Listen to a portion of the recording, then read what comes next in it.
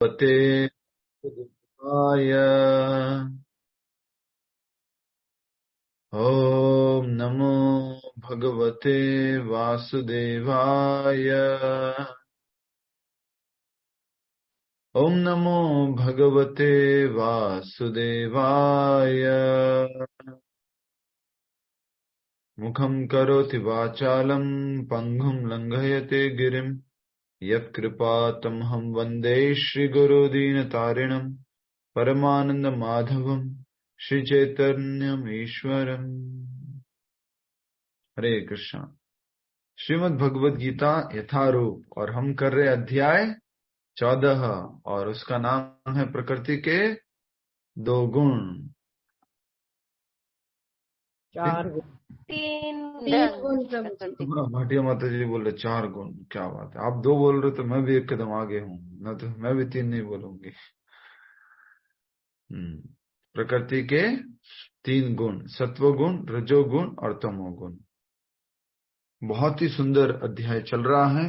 और थोड़ा सा बैकग्राउंड समझने के लिए, पूरे विश्व में सुख और शांति चाहते हो तो प्रभुपाद जी कह रहे हैं कि कुछ प्रतिशत लोग भी अगर कृष्ण भावना भावित होंगे तो सत्व गुण का विकास होगा। सत्व गुण के विकास से ज्ञान उपजेगा, ज्ञान प्रकट होगा और ज्ञान के होने से लोग जो है पाप कर्म में प्रवृत्त नहीं होंगे और पूरे विश्व में सुख और शांति होगी। फिर हमने कल के श्लोक में समझा था, क्या समझा था, इशारा करके बताओ।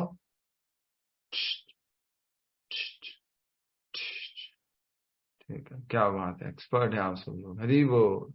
ऊर्ध्वं गच्छन्ति सत्वस्थ, मध्ये तिष्ठन्ति राजस, जगन्य गुण वृत्तिस्थ, अधो गच्छन्ति तामस। तो तामसिक लोग तो जो निम्न योनियों में जाएंगे या वो जाएंगे किसमें, नरक लोक में जाएंगे। अचला राम जी कौन सी गाड़ी भेजनी है? अचला राम जी, अचला राम जी बंद कर दीजिए माता जी को, म्यूट ऑल कर दो। हरे कृष्णा। मैंने समझा कोई गाड़ी जा रही है। उद्वम गच्छन्ति छत्वस्त, मध्य तिष्ठन्ति राजस, गाड़ी नीचे जा रही है, अधो गच्छन्ति। जी, तो बात हो रही है कि सत्वगुण में स्थित व्यक्ति जो है ऊपर के लोकों में, स्वर्ग आदि लोकों में जाता है और रजोगुण में स्थित व्यक्ति वापस इस भौतिक जगत में, मतलब भौतिक जगत में आता है लेकिन इस पृथ्वी लोक में आ जाता है और मनुष्य शरीर में आ जाता है, वो ज्यादातर संभावना बता रहे हैं। और तमोगुणी व्यक्ति नीचे की योनियों में जाता है या वो नरक में जाता है। ये हमने कल समझा था। श्लोक याद हो गया आप सबको? एक बार याद कर लो मेरे साथ में। ऊर्ध्वं गच्छन्ति सत्त्वस्था, मध्ये तिष्ठन्ति राजसा, जगन्य गुण वृत्तिस्था, अधो गच्छन्ति तामसाः। तो इस प्रकार से ये श्लोक है। बहुत ही सुंदर श्लोक और याद करने से आपको माइंड में क्लैरिटी होती है। जैसे जैसे ये श्लोक पढ़ते हैं ना, आपका कॉन्फिडेंस, आपका विश्वास बढ़ता जाता है। तो अब हम श्लोक संख्या आज कर रहे हैं, वो है श्लोक संख्या 19 और समय रहा तो 20 भी करेंगे। श्लोक संख्या 19 को दोहरान कीजिए ऋतु प्रभाकर जी, दोहराइए। हरे कृष्ण प्रभु। यस। नान्यम गुणेभ्यः कर्तारम्, नान्यम गुणेभ्यः कर्तारम्, यदा दृष्टानुपश्यति, यदा दृष्टानुपश्यति, गुणेभ्यश्च परं वेत्ति, गुणेभ्यश्च परं वेत्ति, मद्भावं सोऽधिगच्छति। मद्भावं सोऽधिगच्छति। नान्यं गुणेभ्यः कर्तारम्, नान्यं गुणेभ्यः कर्तारम्, यदा दृष्टानुपश्यति, यदा दृष्टानुपश्यति, गुणेभ्यश्च परं वेत्ति, गुणेभ्यश्च परं वेत्ति मद्भावं सोऽधिगच्छति। मद्भावं सोऽधिगच्छति। यस, शब्दार्थ द्वारा ये न नहीं, नहीं, अन्यम दूसरा, अन्यम दूसरा, गुणेभ्यः गुणों के अतिरिक्त, गुणेभ्यः गुणों के अतिरिक्त, कर्तारम कर्ता, कर्तारम कर्ता, यदा जब, यदा जब, दृष्टा देखने वाला, दृष्टा देखने वाला, अनुपश्यति ठीक से देखता है, अनुपश्यति ठीक से देखता है, गुणेभ्यः गुणों से, गुणेभ्यः गुणों से, च तथा, तथा, परम दिव्य, परम दिव्य, वेत्ति जानता है, वेत्ति जानता है, मत भावम मेरे दिव्य स्वभाव को, मत भावम मेरे दिव्य स्वभाव को, सह वह अधिगच्छति प्राप्त होता है। अधिगच्छति प्राप्त होता है। अनुवाद तथा तात्पर्य श्रील प्रभुपाद जी द्वारा। श्रील प्रभुपाद की जय।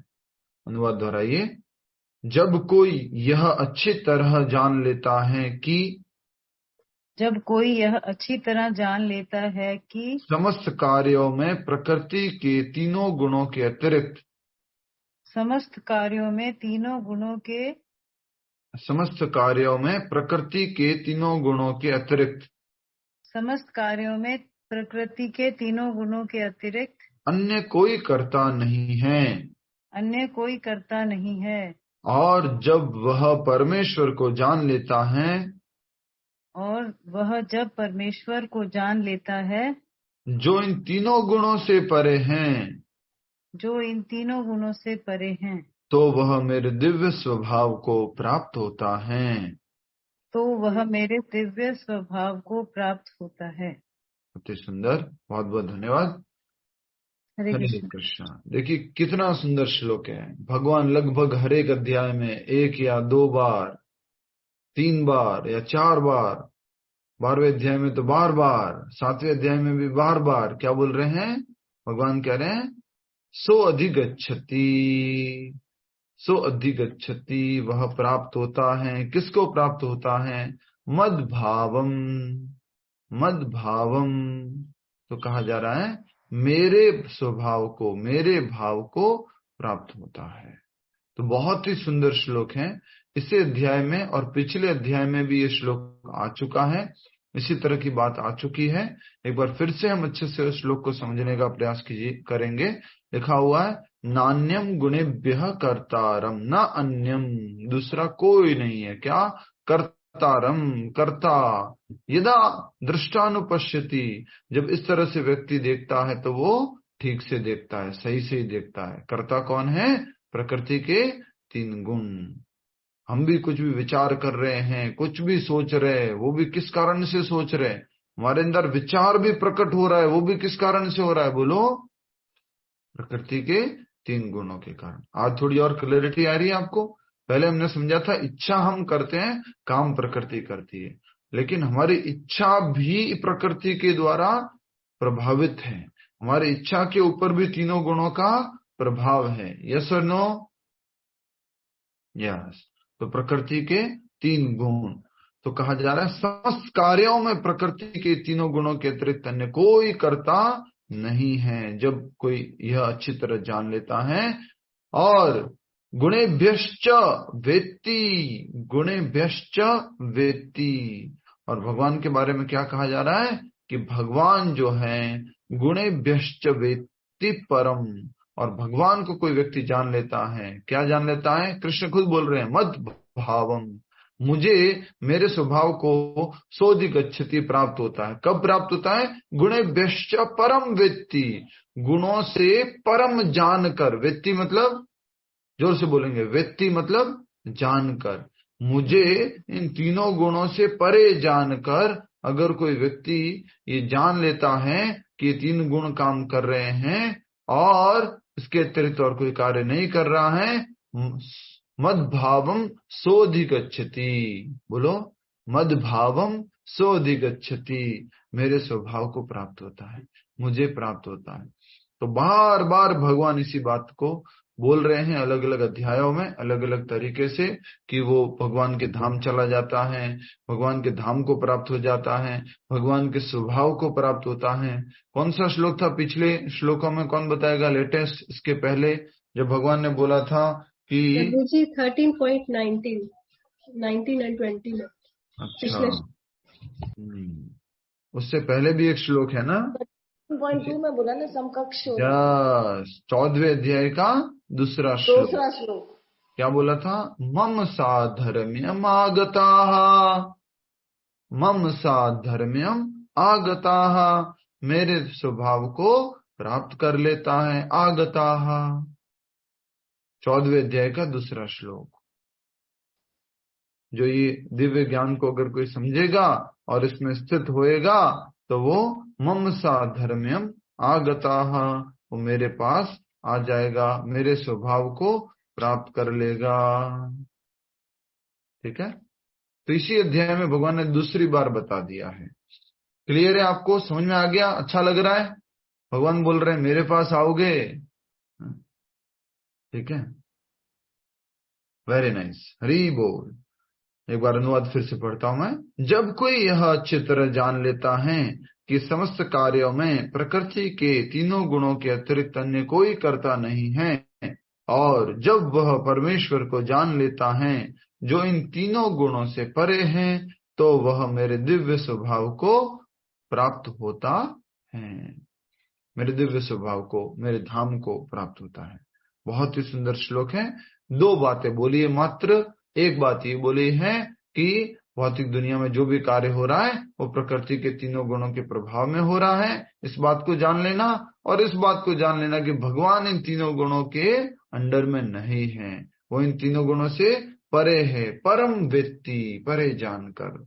तो क्या हो जाएगा? भगवान के धाम को, भगवान के स्वभाव को, मद भावम सोधिगच्छति। ठीक है, हरे कृष्ण। तात्पर्य, इस श्लोक में महत्वपूर्ण शब्द के रूप में अगर आप लिखना चाहते हैं तो आप लिख सकते हैं नान्यम गुणेभ्य कर्तारम, ना अन्य गुणेभ्य कर्तारम। इन गुणों के अलावा और कोई कर्ता नहीं है। नान्यम गुणेभ्य कर्तारम। हरे कृष्ण। तात्पर्य की तरफ आगे बढ़ेंगे। तात्पर्य श्रील प्रभुपाद जी द्वारा। जय श्रील प्रभुपाद। प्रभु जी हेडिंग, हाँ, हेडिंग इस प्रकार से लिख सकते हैं, तीनों गुण क्या बोलते हैं, हमारी इच्छा तथा कर्म, हमारी इच्छा तथा कर्म दोनों ही तीनों गुणों से प्रभावित होते हैं। हमारी इच्छा तथा कर्म दोनों ही तीनों गुणों से प्रभावित होते हैं।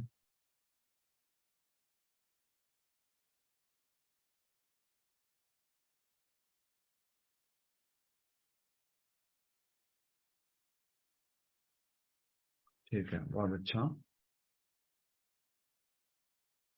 क्योंकि ये इस तरह के टाइटल तो हो चुके थे, इसलिए थोड़ा अलग टाइटल दिया है कि तीनों गुणों से परे जानकर हम भगवान के स्वभाव को प्राप्त कर लेंगे, या तीन गुण ही करता है। ये हमने टाइटल पहले भी समझ चुके हैं। हमारी इच्छा तक प्रभावित होती है इन तीनों गुणों से। हरे कृष्ण। म्यूट कर दीजिए। तात्पर्य, समुचित महापुरुषों से केवल समझकर या समुचित ढंग से सीखकर मनुष्य प्रकृति के गुणों के सारे कार्यकलापों को लांघ सकता है। बहुत ही सुंदर बात शब्द बोला है। पहले क्या बोला है? समुचित। समुचित मतलब कि अच्छे पुरुषों से, उचित महापुरुषों से केवल समझकर या समुचित ढंग से सीखकर मनुष्य प्रकृति के सारे कार्यकलापों को लांघ सकता है। थोड़ा समझने का प्रयास कीजिएगा कि मान लीजिए किसी एक जंगल में आप खो गए हो, किसी जंगल में खो गए, और वहां पर एक जंगल का एक्सपर्ट व्यक्ति है जो इस जंगल के बारे में सब कुछ जानता है, कौन सा रास्ता किधर से होते हुए बाहर निकलेगा, और किस रास्ते में अगर आप जाओगे तो और फंस जाओगे, और किस प्रकार से ये रास्ते जो है आपको बार बार भ्रमित करेंगे। वो व्यक्ति अगर आपको मिल जाए तो क्या होगा, आप आसानी से इस जंगल से उन समुचित मार्गदर्शन में, समुचित श्रवण करके, समुचित महापुरुष अर्थात यहाँ पर कहा जा रहा है गुरु जी से समझकर मनुष्य जो है प्रकृति के गुणों के सारे कार्यकलापों को लांघ सकता है। इसलिए दुनिया में कोई भी गेम देख लो, कोई भी बिजनेस देख लो, उसमें क्या होता है बोलो, गेम वगैरह में क्या होता है, इन सरल भाषा में बोलेंगे तो क्या होता है, कोच होता है ना, वेरी नाइस। तो वो गाइड करता है, इस प्रकार की समस्या है तो कैसे लांघना है, इस प्रकार की समस्या है तो कैसे लांघना है, इस प्रकार की समस्या है तो कैसे लांघना है। दुनिया में बिना गुरु के तो कुछ भी संभव नहीं है। हमेशा याद रखना कि कोई भी कार्य सीखना हो, भौतिक कार्य भी सीखना हो, तो उसके लिए भी गुरु चाहिए। गाड़ी ड्राइव करना भी सीखना है तो भी कोई गुरु सीखना, सब्जी बनाना भी सीखना है तो भी कोई गुरु चाहिए। प्रभुपाद जी एक बार बॉम्बे में थे, और कोई बॉम्बे में कोई अभिनेत्री थी और उसके साथ में उसके परिवार के लोग आए थे प्रभुपाद जी से मिलने के लिए। तो प्रभुपाद जी ने अपने शिष्य को बोला थोड़ा मैंगो काट दो, सबके लिए प्रसाद भोग लगा दो। तो उसने मैंगो काटना शुरू किया, प्रभुपाद जी के शिष्य ने, प्रभुपाद जी के शिष्य ने मैंगो काटना शुरू किया। ऐसे काटा कि वो मतलब थोड़ा पल्प भी बाहर आ रहा है, फिनिशिंग नहीं है, थोड़ा गीला गीला भी हो गया है, थोड़ा चिपचिपा भी हो गया है। तो फिर उसके बाद में जो लेडी मिलने के लिए आई थी प्रभुपाद जी से अपने परिवार के साथ, उसने बोला स्वामी जी मैं काटू क्या? तो उसने बोला ठीक है आप काट दो। तो उसने बढ़िया से चाकू से एकदम बढ़िया अच्छे से उसकी अलग अलग सीरी या जो आप कहेंगे फाक, वो जो है काटी, और उसके बाद में बहुत साफ सफाई से, कहीं से कुछ रस नहीं टपका, कहीं से चिपचिपा नहीं हुआ। तो फिर प्रभुपाद जी अपने शिष्य के सर पे ऐसे करते हैं, देख आम काटने के लिए भी गुरु चाहिए। हाँ? तो इस प्रकार से अपने जीवन में गुरु की आवश्यकता होती है। और प्रभुपाद जी जब रसोई घर में कभी कभी प्रसाद पाते थे, मतलब ट्रेनिंग देते थे प्रसाद पाने के लिए, तो एक बार की बात है प्रभुपाद जी जो है अपने प्रसाद पा रहे थे, और प्रभुपाद जी को ना पसंद था, क्या पसंद था, एकदम फूली हुई चपाती।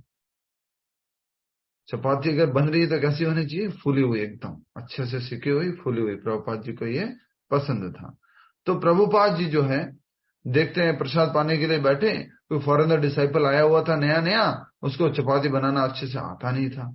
वो आटा लगाया, चपाती बनाया, चपाती फूली नहीं, प्रभुपाद जी के पास आ गए।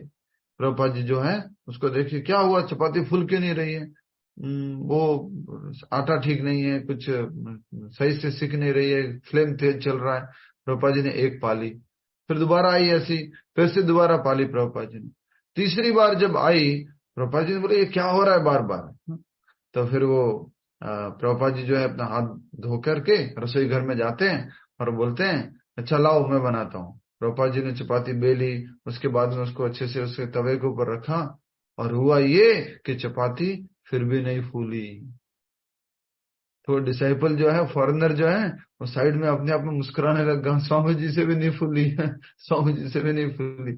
ऐसे करके वो अंदर, फिर स्वामी जी ने देखा आटा थोड़ा गड़बड़ था, तो अच्छे से आटे को प्रभुपाद जी ने लगाया अपने हाथों से, और फिर बढ़िया से उसके डो बनाया, जो भी क्या बोलते हैं, उसके बाद लोई बनाई, क्या बोलता है, और उसके बाद उसको बेला और उसको तवे पे रखा, और इस बार चपाती बहुत शानदार फूल गई। फिर प्रभुपाद जी वो चपाती लेकर के थोड़ा सा, क्योंकि वो स्माइल कर रहा था ना पहले, प्रभुपाद जी को देखकर जो वो चपाती लेकर के उसके सर पे मारते, ले ये चपाती।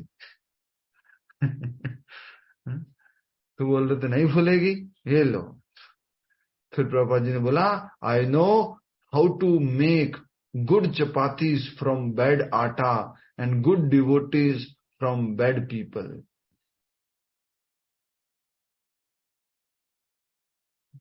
राइट? तो हम सब लोग उसी कैटेगरी में आते हैं। हमारे को प्रभुपाद जी जैसे तैसे करके, ऐसे इधर से दबा करके उधर से दबा करके, थोड़ा पानी डाल के, थोड़ा अच्छे से करके, थोड़ा अच्छे से बेल के, तवे पे थोड़ा अच्छे से सेक के फुला रहे प्रभुपाद जी बार बार। हमें अच्छा डिवोटी बनाने की कोशिश कर रहे हैं। कहीं से कच्चे रह जाते थे, कहीं से ज्यादा जल जाते थे, कहीं कहीं वो फूलने के बाद हवा निकल जाती थी। प्रभुपाद जी जैसे तैसे करके मेंटेन कर रहे हैं हमारे को।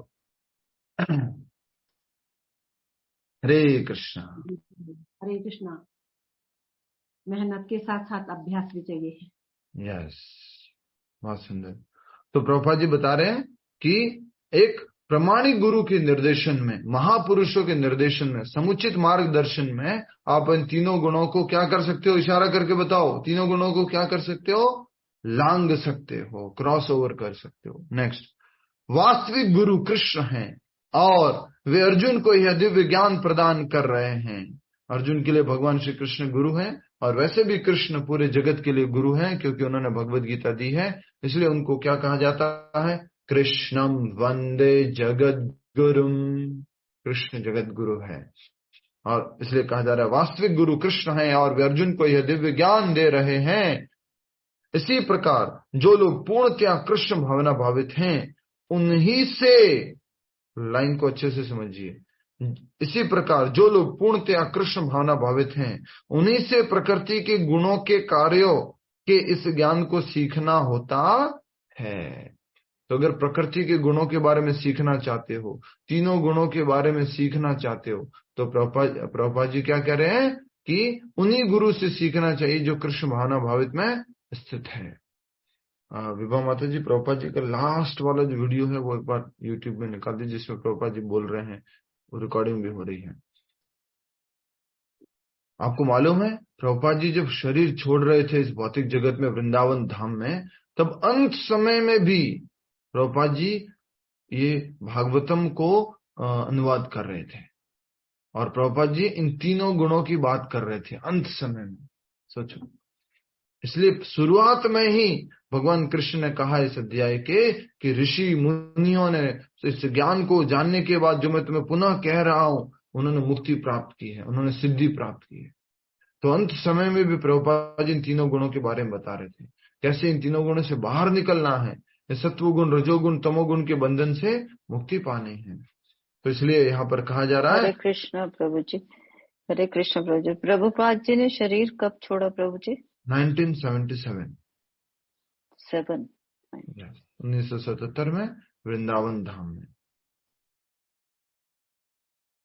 ठीक है, तो कहा जा रहा है इसी प्रकार जो लोग पूर्णतया कृष्ण भावना भावित हैं, उन्हीं से प्रकृति के गुणों के कार्यों से इस ज्ञान को सीखना होता है, अन्यथा मनुष्य का जीवन कुमार्ग में चला जाता है। इसलिए हमें प्रॉपर डायरेक्शन चाहिए, गुरु का निर्देश चाहिए, नहीं तो हम गलत मार्ग में चले जाएंगे। जैसे जंगल में हम भटक रहे हैं तो कोई गलत रास्ता पकड़ लेंगे और गलत जगह चले जाएंगे, कुमार्ग में चले जाएंगे।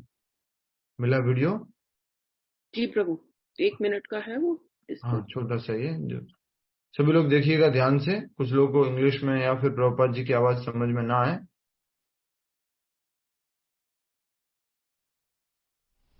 If we engage in devotional service, we get a different nature, and if we engage in the business of sense gratification, the result is different. And then the karma is tad dehopalabdhi hetu. Yeah. And according to the association of different nature, we get a body. Karanam gunasammasya satasat janma yoni. Therefore, we should always seek good association, devotee association. Then our life will be successful. Hari बोल, जय श्रीला प्रभुपाद, निताय गौर प्रेमानंद, हरि हरि। प्रभु जी ये video भेज दीजिए। Yes माता जी। तो प्रभुपाद जी क्या कह रहे हैं कि कौन सा श्लोक कोट किया प्रभुपाद जी ने, बोलो। कारणं गुणसंगस्य। कौन सा श्लोक है, बोलो। इस क्लास में कम से कम 5 बार डिस्कस कर चुके हैं इस क्लास में। कौन सा श्लोक है? गीता का श्लोक है, बोलो। सब गड़बड़ कर देते आप तो पूरा। 13वें अध्याय का श्लोक है, पिछले अध्याय में पढ़ा था हमने। कारणम गुण संगोस्य सद असद जोनि जन्मसु।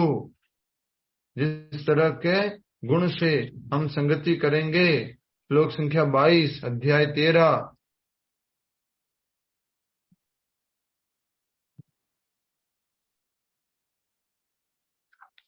प्रभुपाद जी ने फिर क्या क्या कहा? That's why you should have good association, devotee association, then your life will be successful. और सोच रहे हो कहां पे बोल रहे हैं?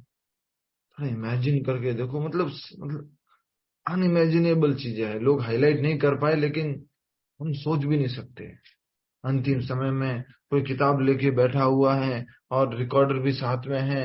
प्रभुपाद जी, ऐसा तो नहीं है ना कि यूट्यूब पे मेरे को मिलियंस ऑफ व्यू मिल जाएंगे इसलिए मैं रिकॉर्ड करो, जल्दी से आओ आओ। नहीं, अपने शिष्यों को संभालने के लिए वो बोल रहे हैं। गुड एसोसिएशन कारणम गुण संगोस्य सद सज्जन योनिषु। हमें कोई श्लोक याद रहेगा जब मृत्यु पास में आएगी? कुछ याद रहेगा? सोचो, प्रभुपाद जी अंत समय में भी सब कुछ याद रख पा रहे हैं, सब कुछ बोल रहे हैं, अपने शिष्यों को गाइड कर रहे हैं। यही बात कही थी प्रभुपाद जी ने, according two modes of nature, प्रकृति के गुण के अनुसार।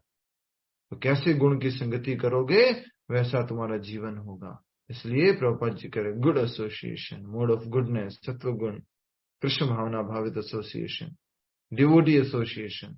इसलिए भक्तों की संगति कभी कभी नहीं छोड़नी चाहिए। कभी नहीं छोड़नी चाहिए। कुछ भी हो जाए जीवन में, एक बार मान लीजिए गलती से जीवन में कुछ दिन माला नहीं हो रही, माला छूट गई, बैग रखा हुआ था ऐसे ही पड़ा हुआ 10 दिन से 15 दिन से नहीं हो पा रहा है, और भी कुछ मान लीजिए नहीं हो पा रहा है, पर कभी भी भक्तों की संगति नहीं छोड़नी। अगर हम कृष्ण भावनामृत अभ्यास नहीं कर पा रहे, इसका मतलब क्या हो गया है? हम तमोगुण में आ गए हैं, अज्ञान में आ गए हैं। तो वापस ज्ञान में आना है, भक्तों की संगति करनी है। आप में से कुछ लोग अनुभव कर रहे हैं, जब कुछ दिन छुट्टियां बीच में मार ली थी, इधर से उधर चले गए थे कारणवश, तो अब समझ पा रहे हैं, राइट? तो इसलिए कहा जा रहा है प्रामाणिक गुरु के उपदेश से जीव अपनी आध्यात्मिक स्थिति, अपने भौतिक शरीर, अपनी इंद्रियों तथा प्रकृति के गुणों के अपनी बद्धावस्था होने के बारे में जान सकता है। प्रश्न लिख लीजिए, प्रामाणिक गुरु से जीव क्या जान सकता है?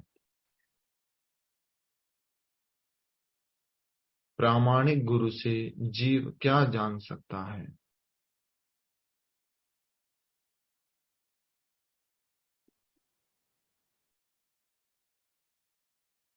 उत्तर दीजिए, क्या जान सकता है?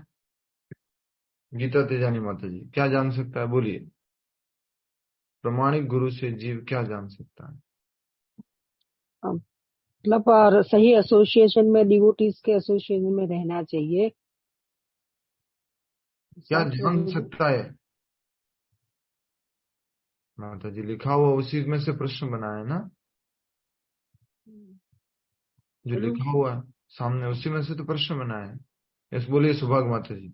जीव अपने आध्यात्मिक स्थिति, अपने भौतिक शरीर, अपनी इंद्रियों तथा प्रकृति के गुणों के अपनी बद्धा अवस्था होने के बारे में जान सकता है। यस, 4 चीजों के बारे में बोला है कि प्रामाणिक गुरु के उपदेश से जीव अपनी आध्यात्मिक स्थिति, सबसे पहले अपनी आध्यात्मिक स्थिति कि मैं ये शरीर नहीं हूँ, मैं आत्मा हूँ, मैं भगवान का शाश्वत अंश हूँ, इसके बारे में जान सकता है। दूसरा, अपने भौतिक शरीर, ये शरीर जो है वो मेरा कुछ समय के लिए मुझे मिला हुआ है, मैं शरीर नहीं हूँ, अपनी भौतिक शरीर के बारे में। तीसरा, अपनी इंद्रिया, जो उसको इंद्रिया अभी कुछ समय के लिए मिली है उसके बारे में। ये इंद्रिया जो है मेरी शत्रु है, इंद्रियों के विषय मेरे शत्रु है, इसके बारे में जान सकता है प्रमाणिक गुरु से। और लास्ट में प्रकृति के गुणों के अपनी बद्धावस्था होने के बारे में जान सकता है कि प्रकृति के गुण ने उसको कैसे बांध रखा है, इसके बारे में वो आसानी से जान सकता है, एक प्रमाणिक गुरु के उपदेश से। नेक्स्ट, वह इन गुणों की जकड़ में होने से असहाय होता है, लेकिन अपनी वास्तविक स्थिति देख लेने पर वह दिव्य स्तर को प्राप्त कर सकता है, जिसमें आध्यात्मिक जीवन के लिए अवकाश होता है। बहुत ही सुंदर लाइन लिखी है, बहुत ही सुंदर, बहुत अच्छा है। समझिए इसको, क्या कहा जा रहा है कि वह इन गुणों की जकड़ में होने से असहाय होता है। समझ में आ गया? गुणों की पकड़ में, इसलिए हम क्या है, हेल्पलेस, कुछ नहीं कर पा रहे, क्या करूं, कुछ समझ में नहीं आ रहा। तीनों गुणों का प्रभाव है। पर थोड़ा इमेजिन कीजिए, ठीक है, इसी फोटो को इमेजिन कीजिए, थोड़ा इमेजिन करना पड़ेगा आपको, अपनी क्या बोलेंगे, इमेजिनरी शक्ति को लगाना पड़ेगा। हिंदी में क्या बोलते हैं इमेजिनरी शक्ति को? काल्पनिक शक्ति। ठीक है, अपनी काल्पनिक शक्ति को लगाइए और थोड़ा सा सोचिए। ये देखिए, ये फोटो तो मालूम है आप सबको, ये तीन सुंदर जो स्त्रियां, इनको तो आप सब लोग जानते हैं ना, बहुत सुंदर, ब्यूटीफुल, येलो, रेड एंड, कौन कौन है ये? प्रकृति के तीन गुण, प्रकृति के तीन गुण, सत्वगुण, रजोगुण, तमस, बहुत सुंदर है, और फिर फंसा देती है हमारे पेट। आजा माया के अंदर, आजा, हरि बोल, फंस जाते हैं हम। तो ये प्रकृति के तीन गुण, और इससे हम जकड़े हुए हैं, ये देख रहे हैं आप, हम जकड़े हुए हैं। तो प्रभु जी वो कितने पावरफुल होंगे कि सबको ही जकड़ के रखे हैं। बहुत पावरफुल है ना माते। 7वें अध्याय का 14वां श्लोक क्या बोलते हैं भगवान? देवी हयेषा गुणमयी मम माया दुरत्या, मेरी माया है, इसको पार करना बहुत कठिन है? क्या समझते हो तुम? ऐसे ही अपनी शक्ति से पार कर लोगे, ऐसे ही पूरा जीवन भर रजोगुण तमोगुण में रहोगे और कहोगे अंत काल में तो मैं ऐसे ही मैं माया से पार कर जाऊंगा, है ना? मेरी माया है। किसकी माया है? सर्वशक्तिमान भगवान श्री कृष्ण की माया है। तो कैसे पार करेंगे? मामेव ये प्रपद्यन्ते माया में ताम तरंती थे, तो मेरी शरण में आओगे तो पार कर पाओगे। कभी कभी आप बुक डिस्ट्रीब्यूशन के लिए जाओ, घर से घर बुक डिस्ट्रीब्यूशन के लिए जाओ, और अचानक से वहां कुत्ता घर के बाहर भाव, और मालिक ने अगर आपको देख लिया, या आपने मालिक को बोल दिया सर आपसे मिलना था, मालिक ऐसे करता है, कुत्ता साइड में जाके बैठ जाता है, और आप अंदर जाके मालिक से मिल लेते हो। समझ में आ गया? तो माया ऐसे शांत हो जाएगी जब आप मालिक को बोलो कृष्णा बचाओ ना माया से, माया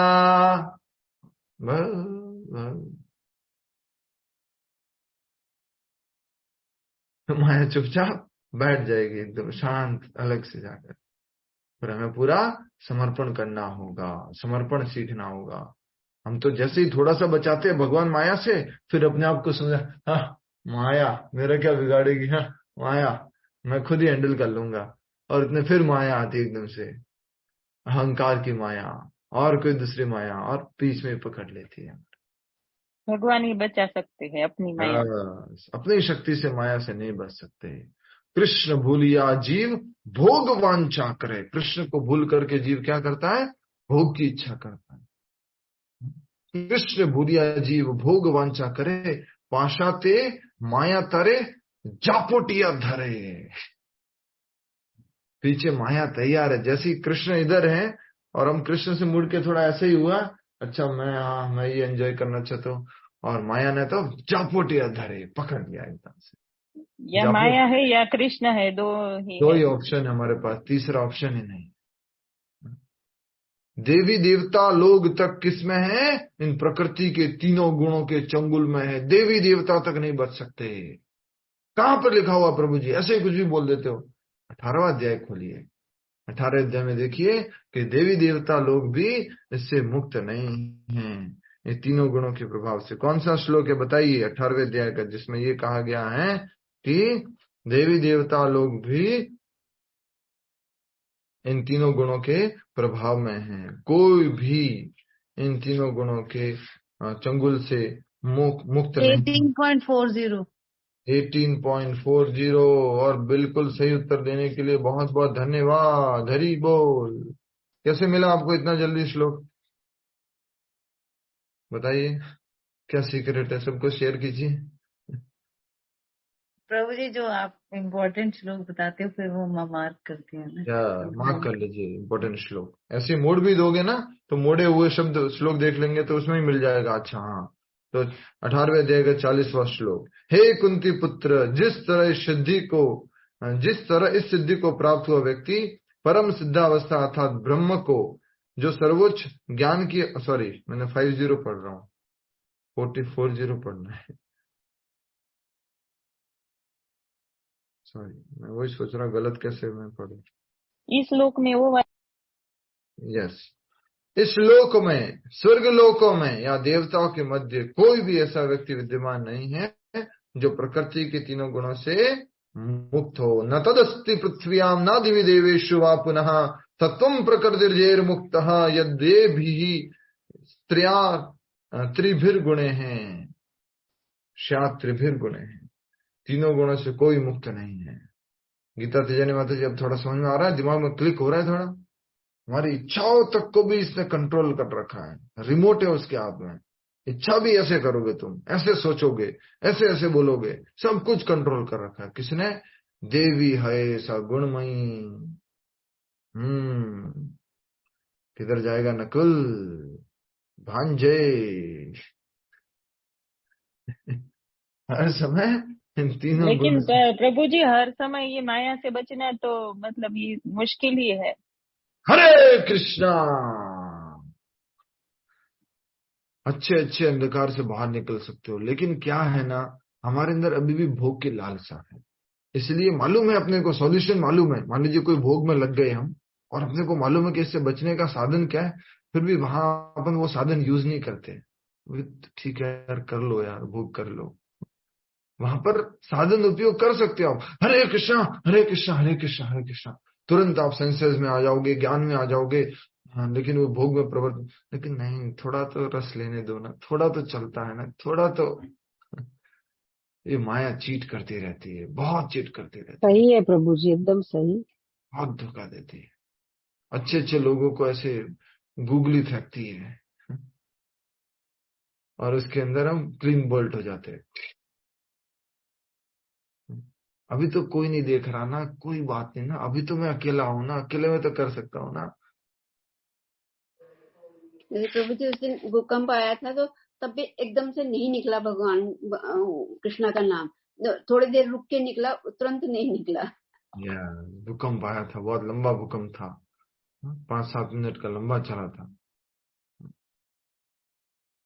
एकदम से याद नहीं आते भगवान जी। कहने का अर्थ है जो सोचो, मैं क्या कहना चाह रहा था कि आजकल की युवा पीढ़ी का क्या होगा। आप लोगों की अगर ये हालत है, आप ये कह रहे हो कि यस प्रभु जी, माया कुछ करती है, और हम बोलते ठीक है अभी इतना तो कर लेते हैं, फिर एकदम से हम भक्ति में नहीं जाते हैं, या माला या जप या कुछ एकदम से नहीं बोलते जोर से, अपने आप को नहीं बचाते हैं, क्योंकि हम फंसे हुए। आजकल की जो युवा पीढ़ी आ रही है, आजकल के बच्चे लोग जो आ रहे हैं, जो पूरा रजोगुण तमोगुण में लिप्त है, उनकी हालत तो क्या मालूम है? उनको तो ये मालूम ही नहीं है कि हम गुणों के अंदर फंसे हुए हैं। उनको तो मालूम ही नहीं है कि हमारे ऊपर जाल बिछाया हुआ है। उनको तो मालूम ही नहीं है कि हमारी इच्छा को भी ये 3 गुण कंट्रोल कर रहे हैं। अज्ञान के कारण है प्रभु जी। उनको तो मालूम भी नहीं है कि एडवर्टाइजमेंट, और जो व्हाट्सएप में एडवर्टाइजमेंट आ रहा है, जो फेसबुक में एडवर्टाइजमेंट आ रहा है, इंस्टाग्राम में एडवर्टाइजमेंट आ रहा है, या मॉडल लोग या सेलिब्रिटी लोग जो कर रहे हैं, ये सब मेरे डिजायर्स को कंट्रोल कर रहा है, मेरी इच्छाओं को कंट्रोल कर रहे हैं। मुझे भी ऐसा दिखना है, मुझे भी ऐसा बनना है। हर समय हम जो है कंट्रोल हो जाते हैं, इंद्रिय विषयों से कंट्रोल हो जाते हैं। तो माया शक्ति बहुत पावरफुल है। त्रिभिर गुण गुणे भी, 3 गुणों वाली है। भगवान की शक्ति है, तो इसको पार कर पाना बहुत कठिन है। अच्छे अच्छे लोग श्यों श्यों, अब तो सत्व गुण में आ गया ना, अब क्या टेंशन है, अब तो ज्ञानवान है, उसी में कोई क्या कहते हैं ज्ञान की अवस्था में कुछ, अच्छा ये तो आइसक्रीम है ना, अब ये तमोगुण में थोड़ी ना होती है, आइसक्रीम है ये तो पूरी सत्व गुण में होती है, तो खा ही सकते हैं ना, इसमें क्या ना तो लहसुन प्याज होता है, ना किसी ने इसको कुकिंग किया है, ये तो वो सिंपल आइटम है, इसको तो ले ही सकते हैं। तो माया सही है प्रभु जी, सब ऐसा ही होता है। अच्छे अच्छे लोग जो हैं, मतलब ऐसा मत समझना कि मैं कुछ इनसे पार हूं, सब लोग इस माया के चंगुल में आते हैं। ओनली जो शुद्ध भक्त होते हैं वो मैं बताते रहते हैं कि देख बेटा ऐसा मत कर, ऐसा मत कर, इस रास्ते में मत जा, लेकिन फिर भी कभी कभी नहीं, अब तो मैं सीख गया हूं, तो मैं मेरा रास्ता निकाल लूंगा। ये बहुत बड़ी गलती है हमारी। हमेशा अपने सीनियर से कंसल्ट करना चाहिए। हमेशा कभी ये मत सोचना कि मैं सीख गया हूं, मैं सीख गया हूं, ये बहुत बड़ी माया है, मैं सीख गया हूं, ये बहुत बड़ी माया है, मैं माया से पार हो सकता हूं, ये बहुत बड़ी माया है, मैंने माया को पार कर लिया है, ये बहुत बड़ी माया है। याद है ना नारद मुनि की स्टोरी, याद है ना? हाँ प्रभु जी। शॉर्ट में बोल देता हूँ जल्दी से। तो नारद मुनि जो भगवान से बोलते, भगवान अब तो मैं माया से पार हो चुका हूँ, आप भी क्या माया माया करते हो, तो माया क्या चीज है मेरे सामने। भगवान बोलते अच्छा ठीक है, चलो घूम के आते, थोड़ा सा शेयर करते हैं, और क्या बात चल रहा है, कैसा चल रहा है, बात हो रही है आपस में, इस तरह की कहानी है। फिर आगे बढ़ते हैं, चलते जाते हैं, और भगवान कहते देखो यार थोड़ा थक गया हूँ, पानी वानी पीना है, थोड़ा पानी लेके आ जाओ। तो नारद मुनि पानी लेने के लिए जाते हैं, और कहीं पे इधर उधर गए और देखा कि अच्छा कुआं है, कुएं के पास गए। ठीक है, देखना माया कैसे काम करती है। सबसे पहले क्या दिखा?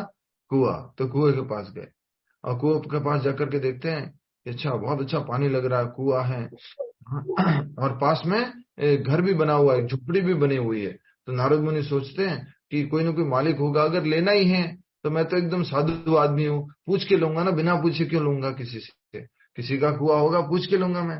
घर का दरवाजा खटका ला लेता हूँ, खटखटाया, और जैसे दरवाजा खुला, छन छन छन, बहुत ही एक सुंदर स्त्री दरवाजा खोलती है उस झोपड़ी में से, और नारद मुनि बोलते हैं एक्चुअली मैं नारद हूँ। ओह नारद मुनि, आप आए हैं, देखो पानी वानी सब दूंगी, पहले आप मेरे घर में आइए, आप मेरे घर पे पधारे, स्वयं नारद मुनि।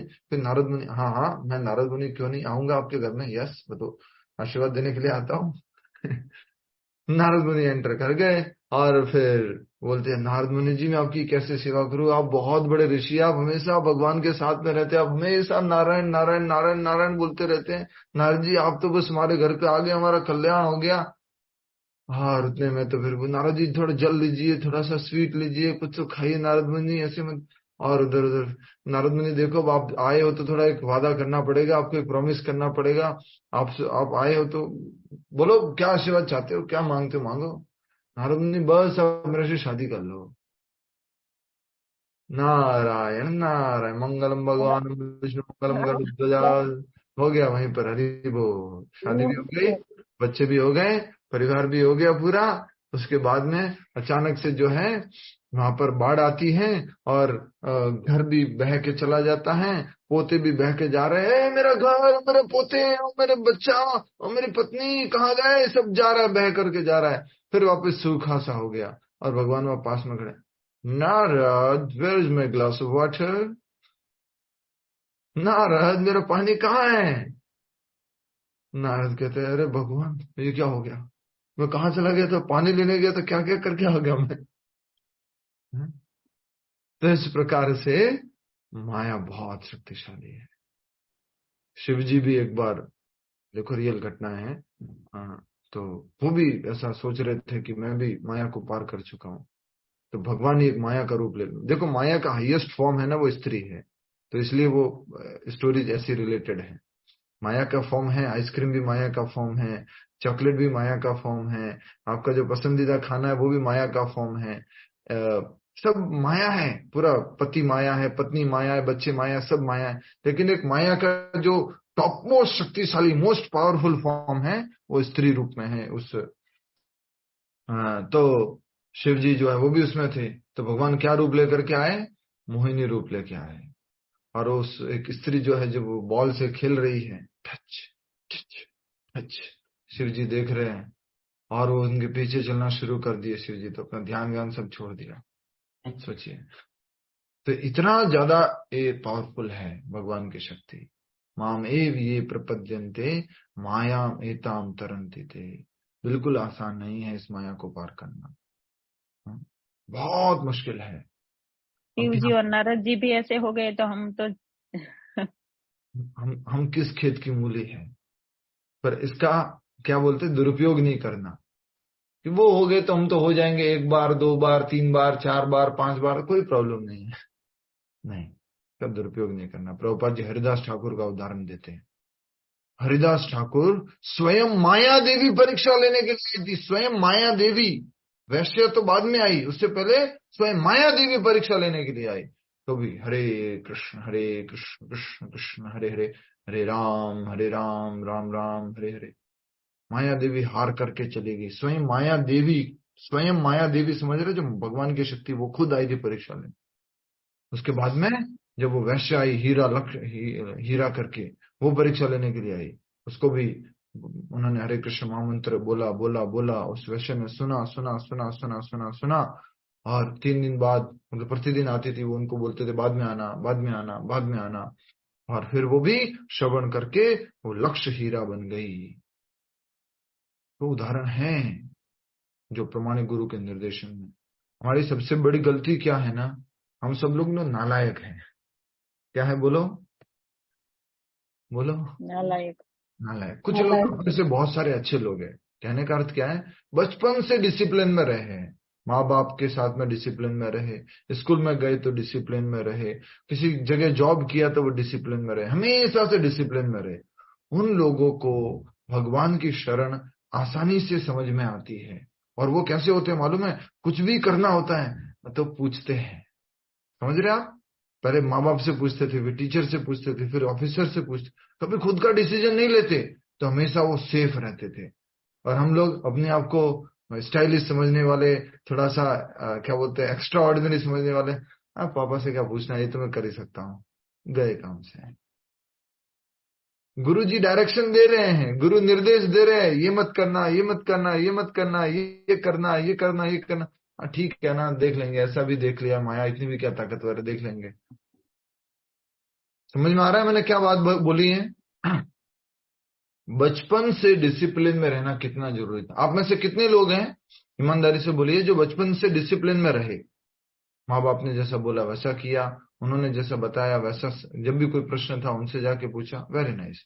आप लोगों की जिंदगी में कभी है ना, वो क्या बोल सकते हैं, प्रॉब्लम नहीं आई होगी, जो कहते हैं कि अनावश्यक प्रॉब्लम आ जाना, अननेसेसरीली रिस्क ले लेना, ये सब चीजें नहीं आई होगी, बिल्कुल नहीं आई होगी। मैं अपने अनुभव से कह रहा हूं।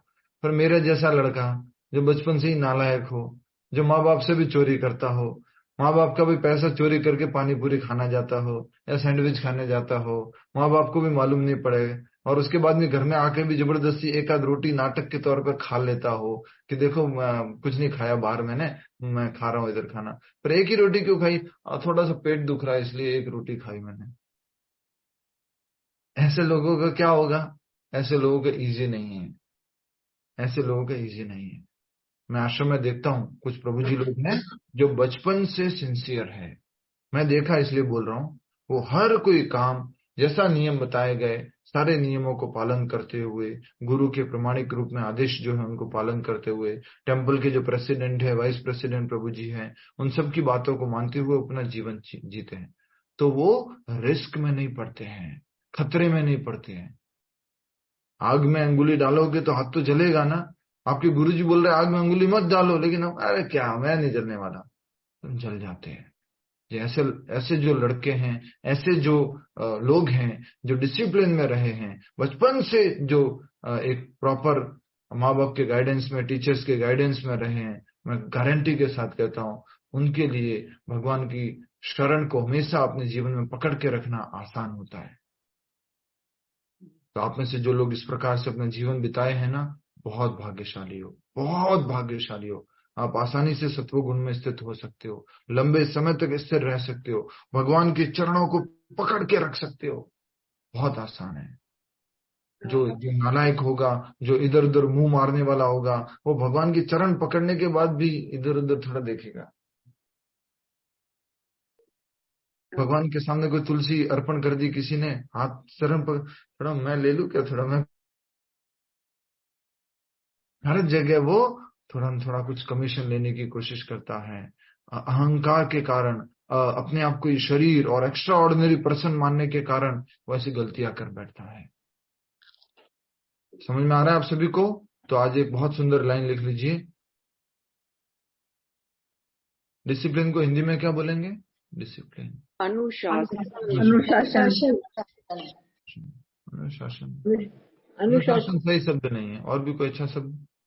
नियम प्रभु जी, नियम, अनुशासन। नियम, अनुशासन, संयमित प्रभु जी, संयमित, अनुशासित, संयमित तो हो गया, कंट्रोल, ठीक। अनुशासित लिख लेते भाई अभी के लिए, ठीक। शिष्ट पालन, शिष्टाचारी, शिष्टाचारी, शिष्टाचारी, उसका और कोई होता होगा, इंग्लिश में अलग होता होगा मान लीजिए, तो भी तो कहने का अर्थ है शिष्टाचारी व्यक्ति,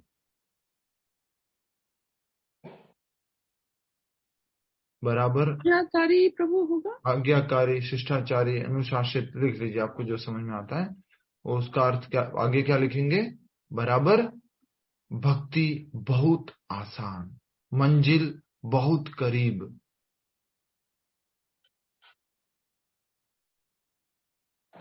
भक्ति बहुत आसान, मंजिल बहुत करीब।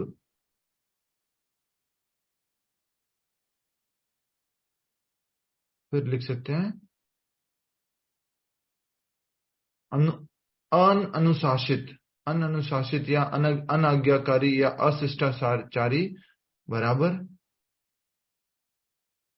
मंजिल दूर, भक्ति कठिन, भक्ति कठिन। आप में से ऐसा कौन फील कर रहा है बताओ? चलो मैं पहले पॉइंट बोलता हूं, उसके अनुसार बोलना, ठीक है? हाथ हाथ खड़ा करके बोलना कि हर कोई मान लीजिए कभी कभी थोड़ा अनुशासन तोड़ देता है, कुछ गड़बड़ कर देता है, पर ज्यादातर आप जब भी अनुशासन में रहे, भक्ति के अलावा भी आपके जीवन में, तो आपको मंजिल बहुत करीब लगी, रास्ता बहुत सरल लगा, और आपको थोड़ी आसानी, थोड़ा अच्छा गुड फील हुआ। कितने लोग हैं? भक्ति का भी कह सकते हो, भौतिक जगत का भी कह सकते हो। यस, 1 2 3 4 5, बहुत सारे लोग सब इस बात को स्वीकार करते हैं।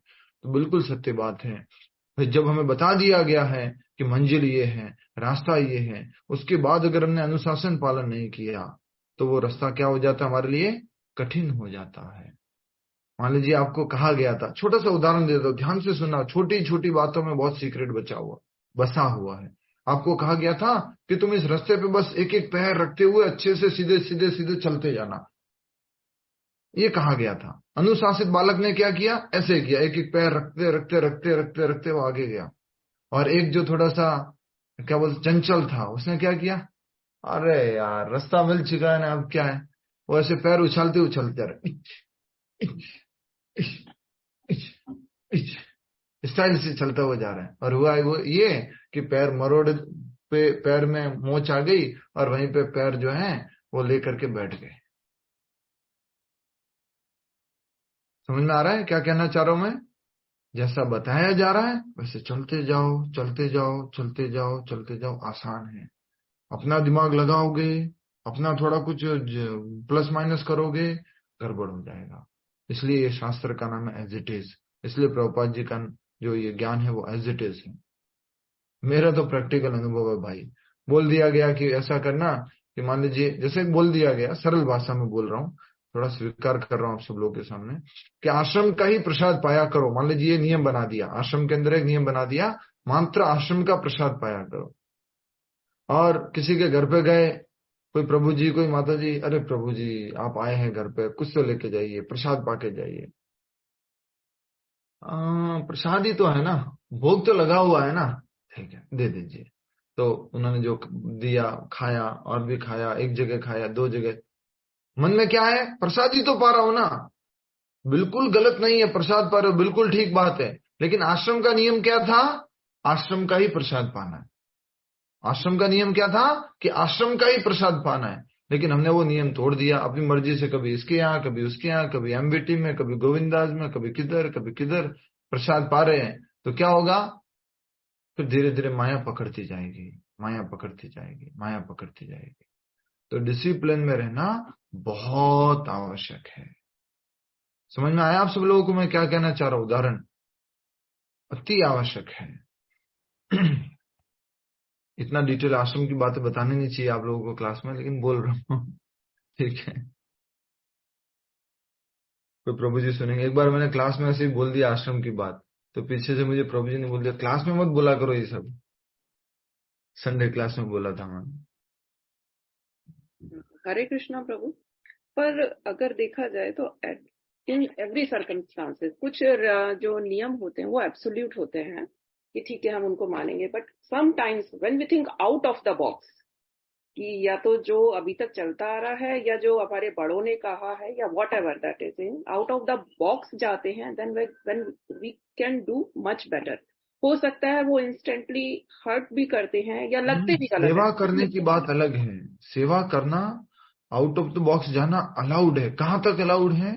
जो आपको सेवा दी गई है उस सेवा के अंदर आपको जितना एनर्जी लगाना है, जितना दिमाग लगाना है लगाओ, पर उसमें भी क्या करो? सैंक्शन लेते जाओ। प्रभु जी अब मेरा माइंड ये कह रहा है, कर लूं क्या? ठीक है कर लो। प्रभु जी अब मेरा माइंड ये कह रहा है, कर लूं क्या? कर लो। उसमें अगर हम परमिशन नहीं लेंगे तो बॉल हमारे पाले में रह जाएगी और सारा सक्सेस या फेलियर की जिम्मेदारी हमारे ऊपर रह जाएगी। हमेशा बॉल को अपने सीनियर के पहरे में डाला करो।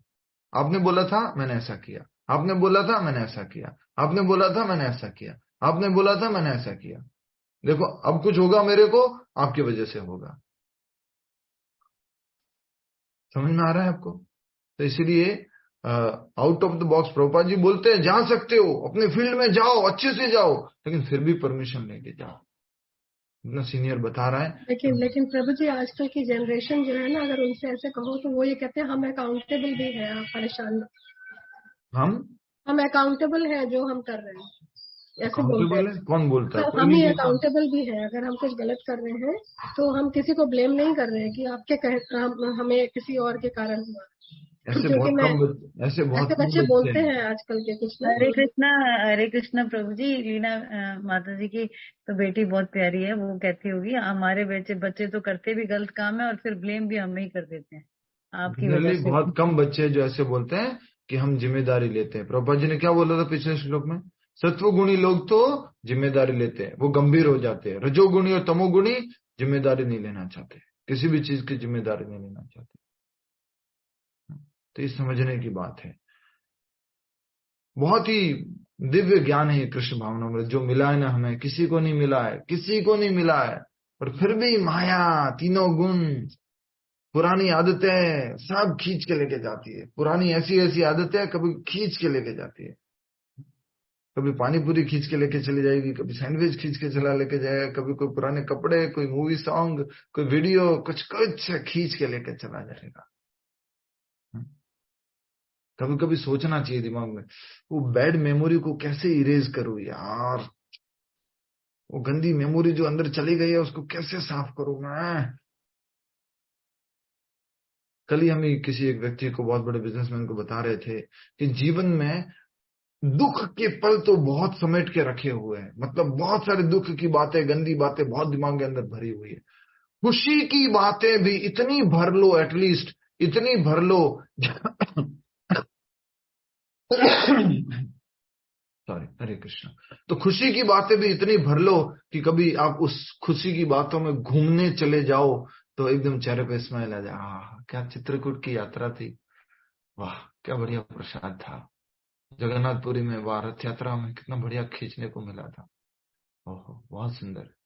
और उसके बाद टोटा गोपीनाथ के दर्शन, वो हरिदास ठाकुर जी की समाधि के वहां बैठ करके जाप, क्या दिव्य था। गंगा सागर की यात्रा।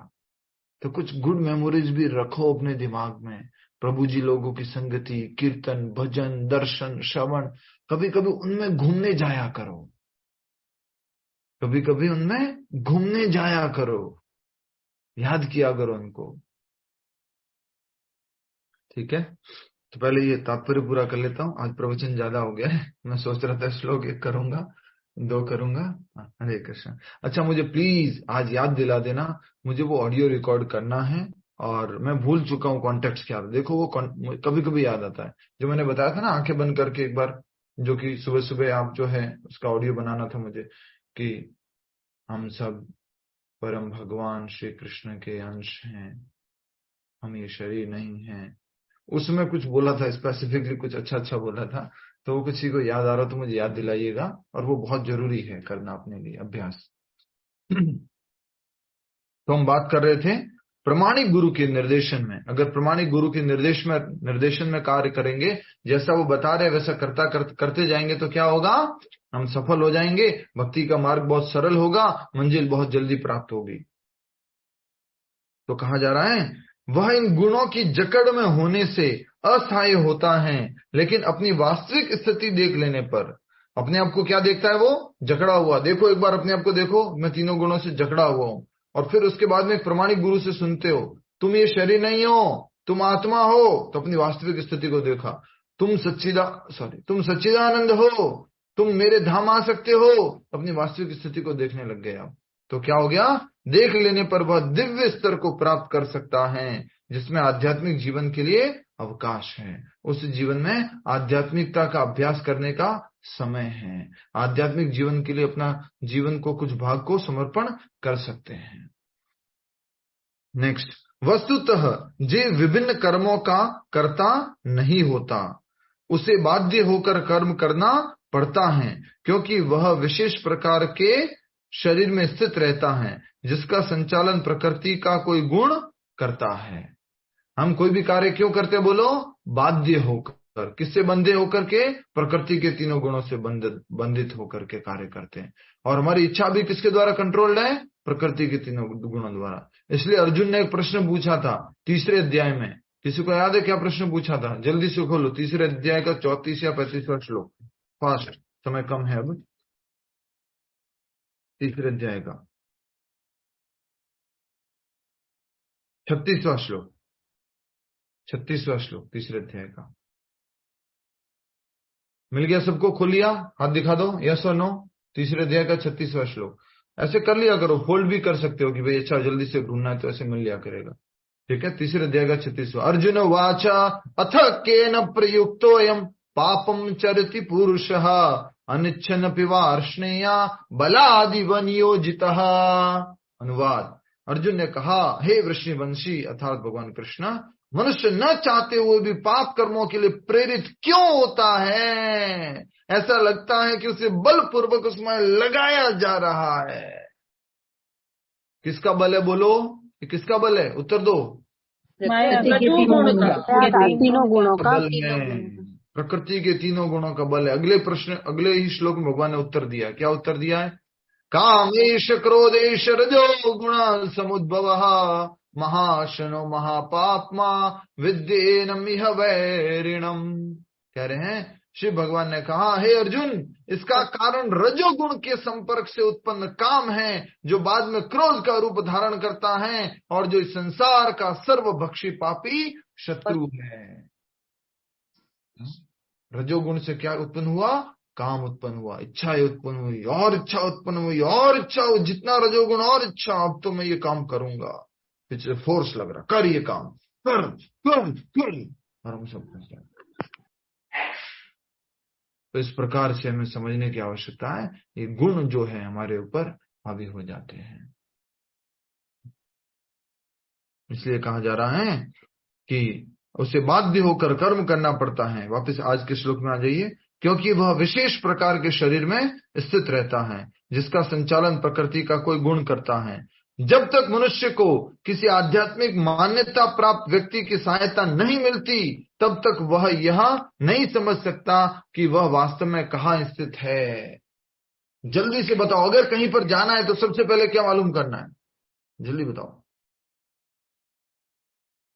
कहाँ है अभी कहाँ है ये मालूम करना है।